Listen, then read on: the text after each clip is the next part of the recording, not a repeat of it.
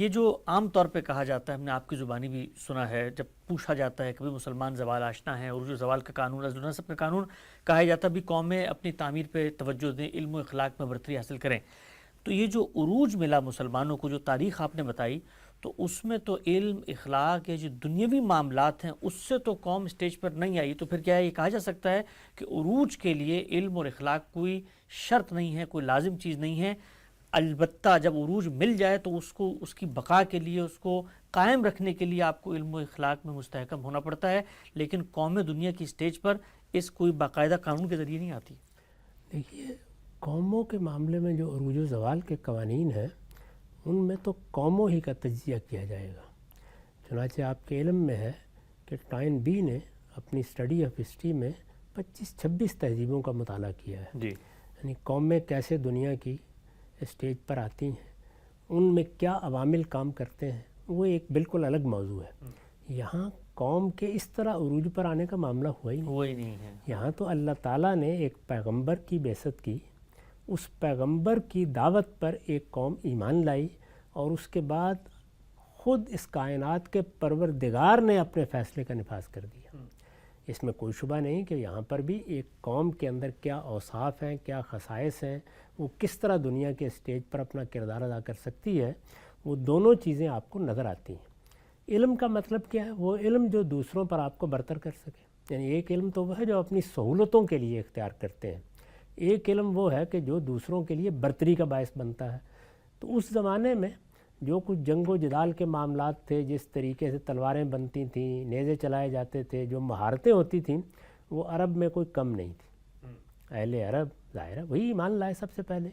دوسری چیز ہے اخلاق، کردار، سیرت، علم کی سچی طلب. یہ معلوم ہے کہ صحابہ، تابعین، تبع تابعین، وہ اس معاملے میں دنیا کی ممتاز ترین قوم ہوئے. کبھی محض علوم پر گفتگو کی جائے تو دیکھیے کہ انہوں نے پہلے 100 سال میں کتنے علوم کی بنیادیں رکھ دیں.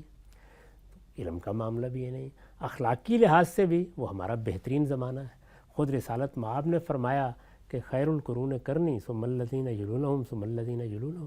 تو پہلے 300 سال تو ہر لحاظ سے آپ کے ہاں عروج کے ہی سال ہیں. یعنی ان 300 سالوں میں دین بھی، دینی صداقت بھی، دین سے تعلق بھی، دین کا اہتمام بھی، شریعت سے لوگوں کی وابستگی بھی، دینی علوم میں تحقیق بھی، دنیا کے معاملات کو اس نظر سے دیکھنے کا داعیہ بھی جس سے ایک صاحب علم کو دیکھنا چاہیے، سب کچھ آپ کو بہت کمال پر نظر آتا ہے.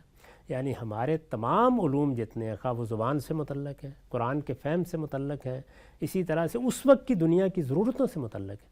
اس زمانے میں شہر آباد کیے ہیں مسلمانوں نے، اس میں ایک تمدن کو وجود بخشا ہے. اس میں اگر آپ صرف ہسپانیہ کی تاریخ پڑھ لیں تو حیرت ہوتی ہے. تو یہ سارے معاملات ہوئے. یعنی یہ نہیں ہے کہ اس میں وہ اسباب جو اللہ تعالیٰ پیدا کرتے ہیں وہ کار فرما نہیں تھے، تاہم جس پیمانے پر ان کا ظہور ہوا اور جو اس کے نتائج نکلے، اس میں اللہ کی نصرت اور اللہ کے فیصلے کا بڑا غیر معمولی دخل ہے. اس نے خود بتایا ہے قرآن مجید میں کہ میں نے علم بھی دے دیا ہے، حکم بھی دے دیا ہے، نبوت بھی دے دی ہے، وہ ملک عظیم، اور ایک عظیم بادشاہی بھی دے دی. بالکل واضح ہوا. اچھا ہم صاحب، آخری سوال اس پوری کی پوری پیشکش پر. ایک دینی تصور، ایک الہام کو ماننے والا بندہ مومن اس پس منظر میں کھڑے ہو کے تاریخ کا مطالعہ کرتا ہے تو اس کو خدا تعالیٰ کے ان تکوینی قوانین اور غیر معمولی مداخلت کا بھی ایک طرح سے مشاہدہ ہوتا ہوا نظر آتا ہے. لیکن آپ اگر تاریخ کے ایک غیر جانبدار مورخ کے طور پہ دیکھیں تو دنیا کے اندر مختلف اقوام اٹھتی ہیں، اس طریقے سے غلبہ پاتی ہیں. سکندر وہاں سے اٹھا، کرتے کرتے کہاں تک آ گیا. تو ہم یہ دیکھتے ہیں کہ مستشرقین جب مطالعہ کرتے ہیں اس پوری کی پوری مسلمانوں کی تاریخ کا، تو وہ تو اس میں کے اندر سے یہ جو الہامی نقطہ نظر ہے کہ اس میں خدا کے ذریعے سے کچھ کام ہوا، اس کو نکال کر بھی پیش کرنے میں کامیاب ہو جاتے ہیں. اس لیے کہ دنیا کے اندر ایسی مثالیں ہیں کہ ایک قوم ہے، ایک جگہ سے اٹھی اور کرتے کرتے پورے عالم پر چھا گئی. اس میں کوئی شک نہیں. یعنی دنیاوی عوامل نے اپنا کام کیا ہے. میں نے تو ابھی آپ کو خود بتایا کہ وہ ساری چیزیں جو قوموں کے عروج میں عامل کی حیثیت رکھتی ہیں، اگر کوئی شخص غیر جانبدارانہ نظر سے مطالعہ کیے تو وہ سب بھی آپ کو نظر آ جائیں گی.